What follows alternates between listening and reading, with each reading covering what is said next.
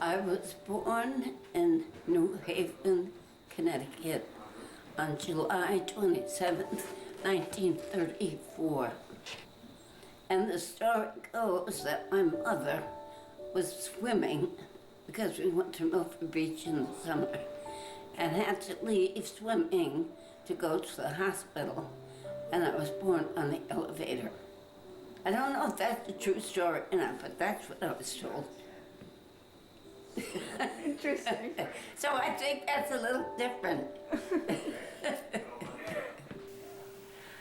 I was born in Oakland, California on November 17th, 1947, the Navy Hospital.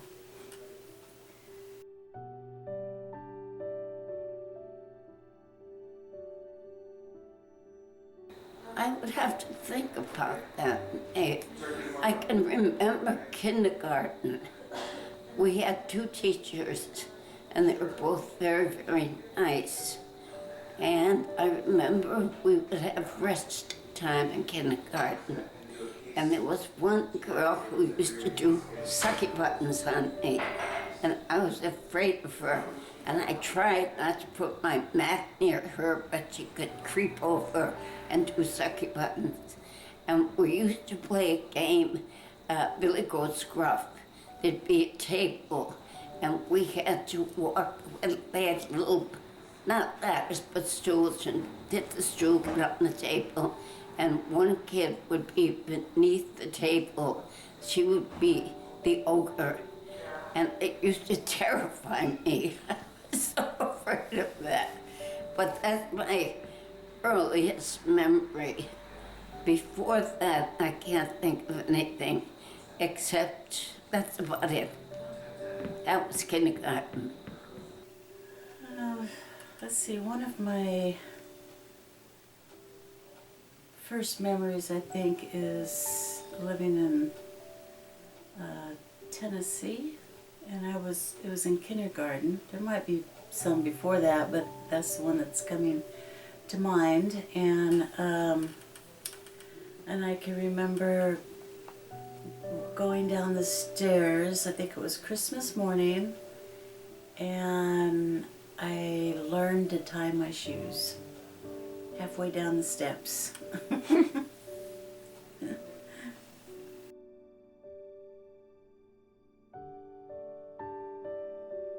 My childhood, well, I loved school. I did very well in school. And I would go to my aunt's cottage at Pond Point Beach in Milford for the whole summer. And I loved that very much. But it was rather sad because my mother was very sick. She had leukemia, and she died when I was 9 years old. So it was a sad childhood, but I had many people that were very good to me and loved me, so that was good. And I loved to listen to the radio, because in those days we did not have television, but we listened to all these wonderful programs on the radio. And where I lived, I could walk to the library, and also we had the smaller movie theaters near my house. And the big ones were downtown, and they'd have the big films. But we could walk to the movie house, and they'd have Sunday, Monday, Tuesday a film. Wednesday was an old film that they brought back. Then Thursday, Friday, and Saturday was another film. And so from that time on, I have always loved going to the movies, and I still go at least once a week. And of course I watch on TV too. But I loved to read. I don't know who inspired that in me, but my sister, who was 3 years older, she loved to read too. So I could remember going to the library, and they'd have a book that I particularly liked, and I would be absolutely thrilled. So I'm glad that now that I'm older, my eyesight is still good enough that I can read a lot, because that's what I enjoy doing. Also, We lived in a neighborhood that had a lot of Jewish people, and of course they were friends. And at the corner we had the Jewish deli, and I grew up on Jewish deli food to this day, which I love, my favorite foods. And we had Schwarzman's, that was the drugstore, and Schwarzman's had this little cart when you go in. You pay a couple of cents, and you push in on the cart, and you win a little prize. It was not much, but it was a great delight to a child. And Maeve, in those days too, we did a lot of ice skating, but it was skating outside because the winters were a little colder than they are now. And we'd go to Mix's Pond. I can remember going to Mix's Pond, and my sister had her skates on already, so she was skating, and I was putting on my skates, and there were two girls sitting next to me, and my sister skated by, and one of the girls said, "That's a really good skater." And I was so proud because that girl, they said was a good skater, was my sister. Her name was Barbara. She was a good athlete. She was a very, very good swimmer. She belonged to a swim club, and she unofficially broke records in the Payne Whitney gym at Yale. Interesting. Well, that's my godfather, Dave Dunn. He and my aunt would take my sister and I into New York and take us out to dinner when we were kids and to a show, and that was big doings. But he took us to the swim meets at Yale and the football games because he had played football and water polo at Yale. So we had a good time. Well, let's see. I have two older sisters. Pat is 5 years older than me. My sister Carol is 2 years older than me. And I had a brother, Joe. He was 7 years younger than me. He was killed in 95, I think, and in a bicycle accident. But anyway, we were a Navy family. Our dad was in the Navy, and so we transferred around a lot, from Navy base to Navy base. Went from California to Tennessee to South Carolina, and then back to California. Lived in Alameda, San Diego.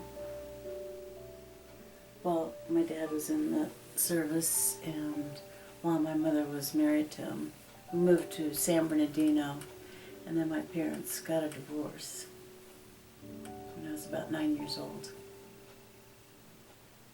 And then my mother remarried a couple years later, and we moved out to the desert in Barstow, California, and then Newberry, California.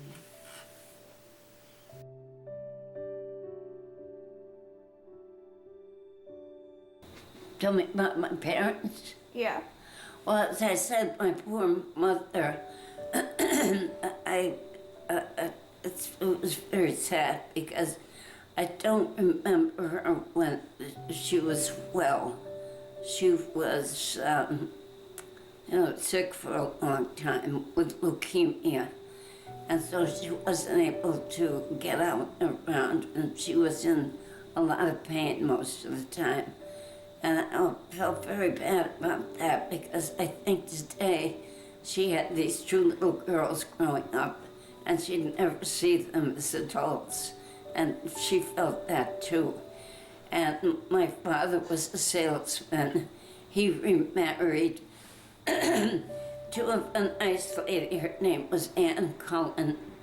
And they moved to Meriden, and he was a salesman for the phone company. And I lived with them for a while, and we had good times. They were good people. My father was very good looking. He was a good looking man.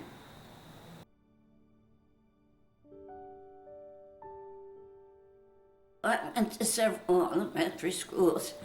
I moved around a lot because of my mother's death.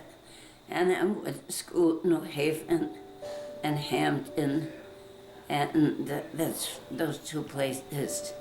And then middle school was New Haven, high school it was New Haven, Meriden, and I went to a boarding school for high school, Baltic Academy. Interesting. And I went to boarding college too. I went to St. Joseph University.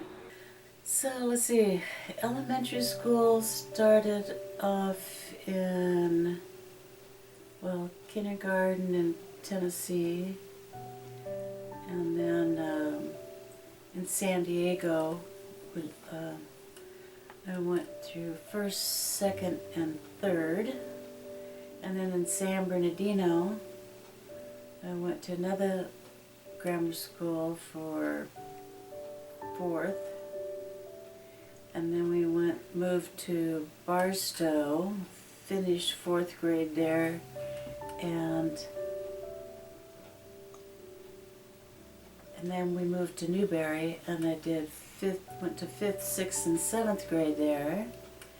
And then we moved to Sacramento, and I went to junior high, finished going to junior high and 1 year of high school in Sacramento at Norte del Rio, and then we moved back to Barstow, and I went my junior year and senior year in Barstow and graduated from there. So quite a few schools.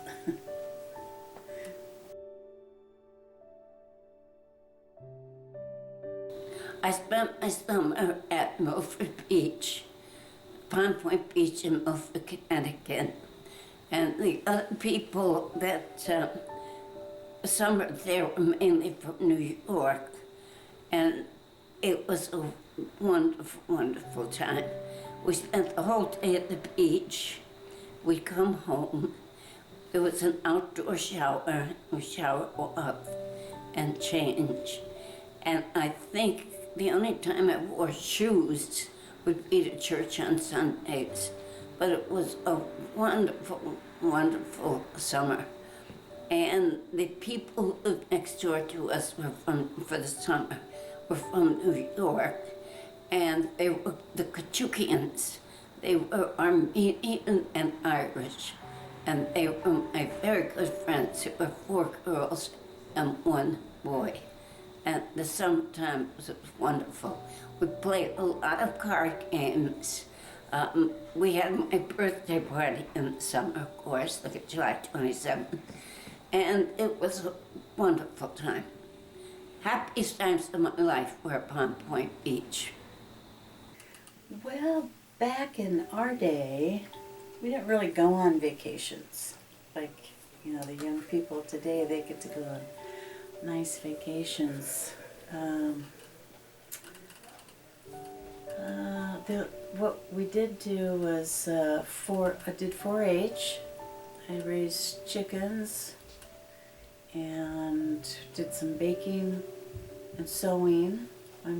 Both my parents, my stepdad and my mother were 4-H leaders, and so we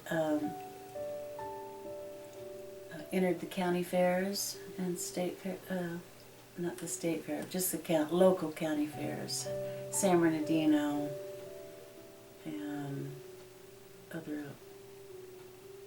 local, like Newberry Community Fair. And we entered all our chickens and our cakes and the clothes that we made into the 4-H fair. And the vacation we had was going to summer camp up in up in the mountains, San Bernardino Mountains. I can't remember the name of the 4-H camp up there, but so we got to go there for a week, and that was fun. And yeah, I think that was it.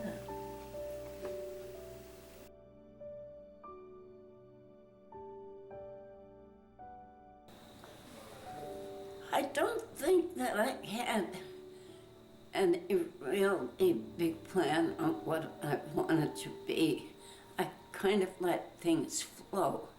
And one thing I have to tell you about my childhood, when the Second World War started, I was quite young, but Joe Louis was the heavyweight boxing champion of the world.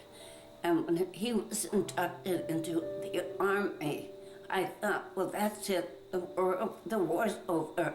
Joe Louis will go over there and knock everybody out. I was young. And a great admirer of Joe Louis. Well, let's see. When I was still in high school, I did a lot of dance, a lot of tap dance, modern jazz, ballet.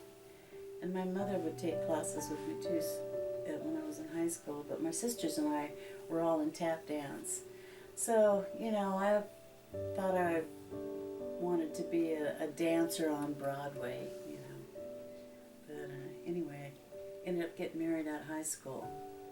So, anyway, I didn't do the dancing. But I did continue dance classes even after I had kids, so that was fun.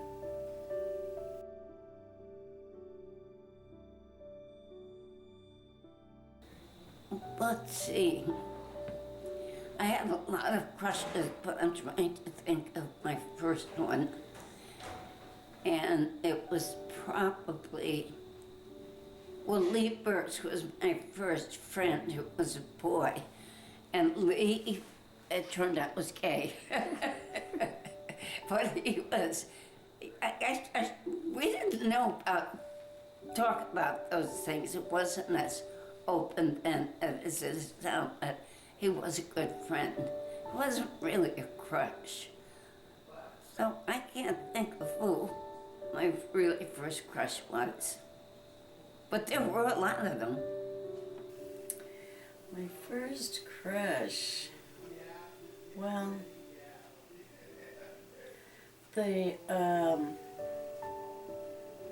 let's see. There are a couple of people. One of them, well, singer-wise, our family was into music, so we always listened to the radio when we bought our records, our 45s, and save up our allowance and go buy a 45 for, I don't know what they were, 50 cents, $1. And so Paul Anka, I would have to say Paul Anka the singer was my first singer crush, and singer artist. And then as far as real people, I don't know, I guess Kirk Baldridge was my 5th grade boyfriend. He and I were the 5th grade king and queen of burping. What? I was the burp queen and he was the burp king. In other words, we could make ourselves burp.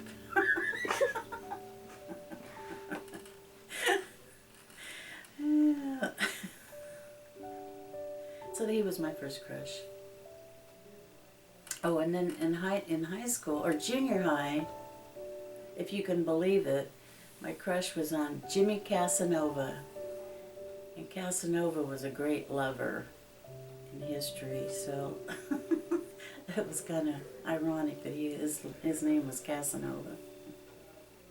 He was a cad, bad guy.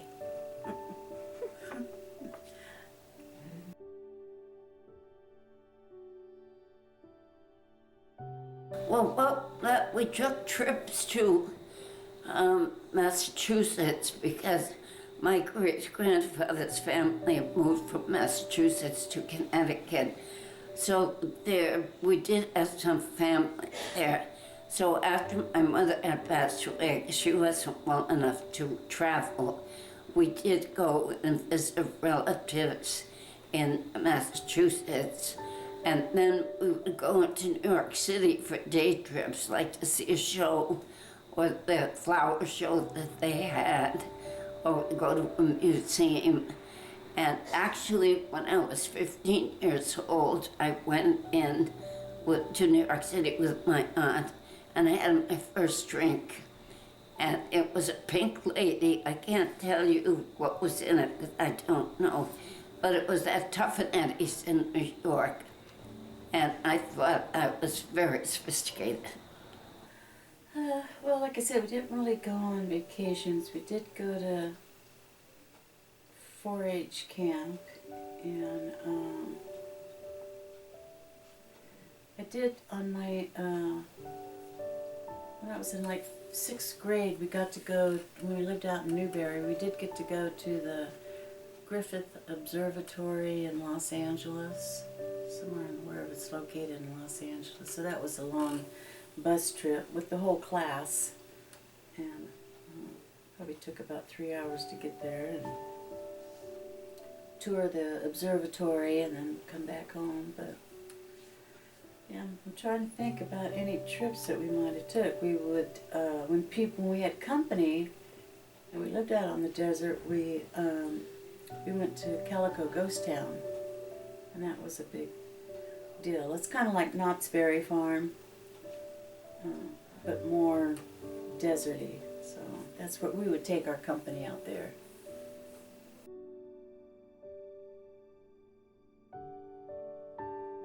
Funny stories. I can't think offhand of funny stories. I'm supposed there were a lot of them, but I don't remember. They would make me get up and sing because everybody thought that was very funny. Because I did not have a particularly good singing voice. That's one thing we did in those old days. Many people had pianos, and someone would play the piano, and everybody would sing. Because we didn't have television, remember, and we didn't have all these computers and whatever. We had a good time. But I can't remember. Only thing I remember is in the summertime, Paul Kachukian, that was my next door neighbor, and he was several years younger than I, and he was invited to go to the yacht club for a dance or something, and he needed a haircut, and he didn't have enough money for the haircut, so he asked me could I trim his hair, which I did, and it was a mess. So his mother took him to the barber and got him a real haircut. And I guess he was eternally grateful to me, but I really did a job on his hair. But for some reason, I don't know why, the people, again, it was in the summertime, the adults liked me to cut their hair. And Marge Cody, one of the neighbors who was like my mother's age, she had me cut her hair, and I cut her ear by mistake. So evidently that was not my talent made to be a salon worker. But I did like to cut people's hair. Well, let's see, they're funny now. Maybe not so much when it was happening. But when you live out on the desert, there's you kind of have to entertain yourself, and it's fun because you're little and you don't know anything else, you know. So my sister Carol, she was she and I were the closest because we were only 2 years apart, and she was the inventor. She would invent things. She and I, we made this playhouse out of the old chicken coop, which stunk to high heaven, but you know, it was our playhouse. And it had a workbench all across the back wall. And so there was this big hole in the wall that we found a door, and so she put it up there. And so we called it the door that went to nowhere, because if you were standing up on that table and you opened the door, you had a big drop off. But we were all happy because it was our back door. And we used to have dinners out there, which was cut up carrots and crackers. And one time we took some candles out there and we lit them with a match. And we had little curtains in the front too, you know, so it was really kind of cute. And my dad had made a sign and called it Café du Printemps, which is springtime cafe in French. So anyway, one night we had the candles lit. We're having our carrot and cracker dinner, and my dad comes walking in and he's saying, "Oh my gosh, what are you kids doing? You're gonna burn this place down!" And we're like all upset because there went our party. We had to put the candles out. Another time, we played Office a lot, and we had a fake switchboard, and so we pretend someone was calling, and then we had to buzz our boss, and he goes, "Buzz, buzz, Miss Jones, you have a call on line 1." We had a lot of fun out there. Another time, this was in San Bernardino, though. We were kind of mischievous, I guess, but my parents had company over, so the adults are all inside, and we're up there gathering tumbleweeds, and we're putting on top of these big burn barrels, because in those days you could burn your trash. So we had all these tumbleweeds, and of course, what we do, got the matches and we lit them. And so here's these big flames coming up, and all the adults are running out of the place going, "Oh my God, oh my God." They're going to start the house on fire. Anyway. But there's a lot of other funny things. Carol would have invented the covered wagon out of a chair frame, and then we'd put a blanket over it and put it in the wheelbarrow. And so she would push me around and I'd pretend I was in a covered wagon. Anyway, I could go on and on. How many do you want? We were supposed to be taking naps a lot of the time. And so this must have been in the summer, so we would be sent to our room, supposed to take a nap. Well, what we would do, we'd take our bedspreads off our bed, we sneak out the window, and we had this big, huge reservoir. It was probably like 20 by 60 feet big. It was huge, and it was concrete. And we'd clean it out and sweep it out, fill it up with water, and that was our swimming pool. Well, we'd sneak out of our bedroom window with our bedspreads, and we'd go dancing all around the pool, because it was a big mound, and then the reservoir was inside, and just watch our shadows with our with our bedspreads and pretending we were princesses. And then, of course, swimming in the reservoir, we were mermaids, playing Sea Hunt. That was a show on TV back then.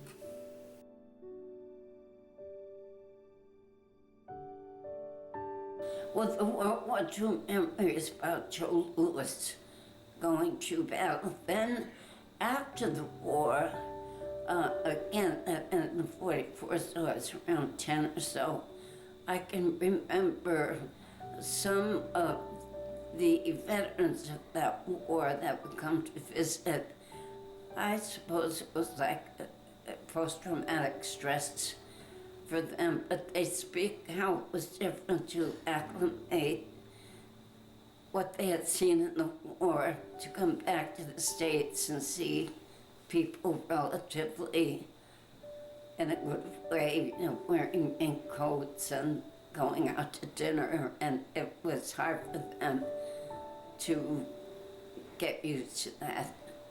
And I can remember one person visiting our house. He had been a pilot, and he had been in New Zealand, and he spoke about how beautiful New Zealand was. He was in heavy fighting, and I always wanted to go to New Zealand, but I never did get there. But that's okay. But also, Maeve, during the war, the children in the schools I went to, all the schools, they'd make up boxes to send overseas to the children in the countries that were being bombed, like England, France, and whatever. And I can remember in each box we put in a bar of soap. And I thought to myself, if I were a child, I would hate to get a bar of soap as a present. But again, when I was older, I realized the lack of goods that these poor people had. It was a very welcome gift. And my brother-in-law, excuse me, when he was in grade school, they taught the children how to knit so they could knit things to send over to the soldiers and to the children overseas. And Ethan, as a grown-up man, he was a good knitter. He knit sweaters, whatever. I was not taught how to knit, but I thought that was interesting. We did a lot for the war effort. We also put on variety shows. I can remember getting up and singing The Three Little Sisters on stage. And then with my friend Lee Burks, we did a bicycle built for two. And our parents, our relatives, our neighbors would come to these shows and they paid a certain amount of money, and that money would all go to the Red Cross. And Donnie Drinkwater, I thought that was probably one of the best names in the whole world, Drinkwater. He was MC of the show. He must have been about 16 at the time, and we were all much younger. But they were fun to do, so we put on a lot of shows. Yes, of course. I mean, I was born after World War II, but because it ended in 45, I was born in 1947. But my biological father was in World War II, as well as my uncles, and even my aunt participated as a truck driver during World War II, Aunt Lupe, and I appreciate, even as I got older, maybe not so much in high school, but as you get older, you have an appreciation for the men and women now who have fought in the war to give us our freedom in this country. And some of them didn't come back, and those that did come back, you know, have a lot of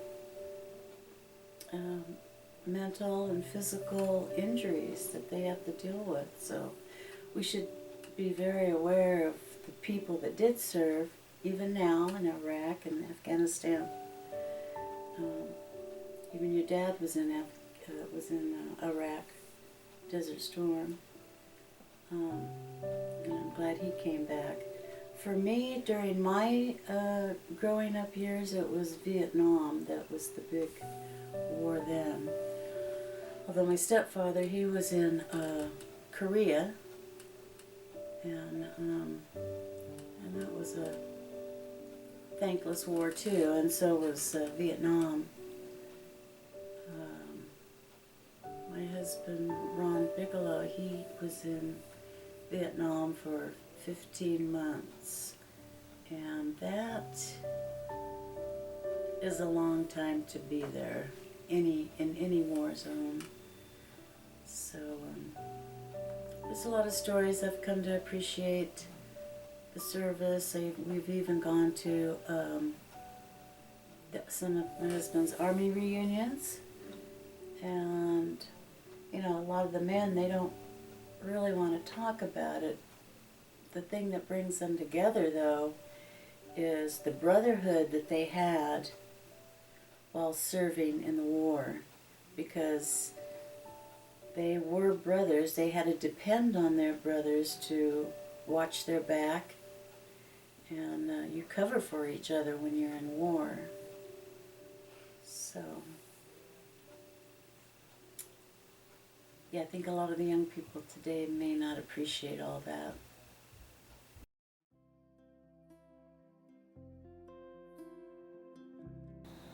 Well, we didn't have television, and we didn't have all these technological advances that we have today. I think my childhood, I have had more freedom than the children have today. There were a lot of things I did on my own, like walking to the library, going to the movies, but the movies I went to with friends.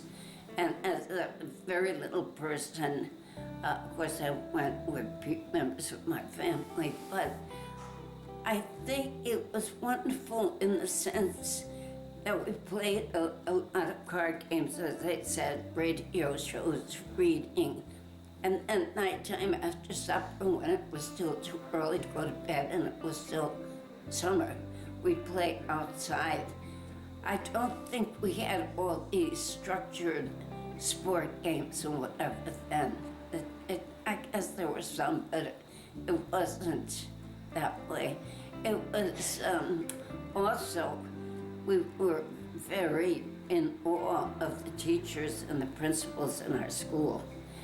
My principal's name was Miss Carroll.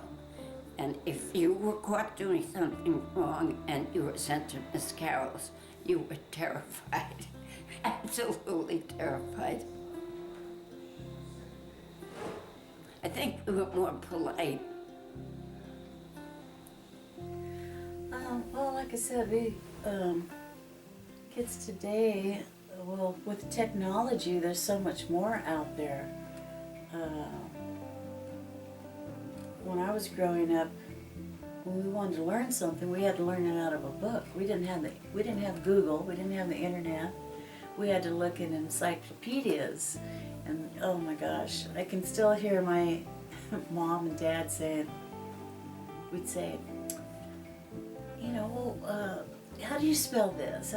What does that mean? Well, look it up in the dictionary.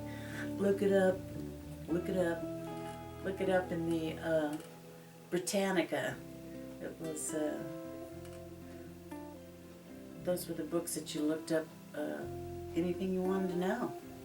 And now all you have to do is type in on, do a search on Google and it brings you the answer right away. So that's one thing, how we learned.